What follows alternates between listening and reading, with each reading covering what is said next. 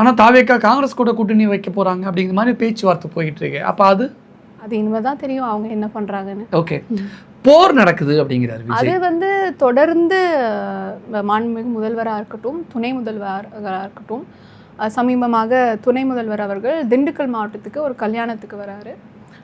வீராசாமிநாதன் எங்களுடைய ஒன்றிய செயலாளர்களுடைய இதை வீட்டு கல்யாணத்துக்கு வராரு.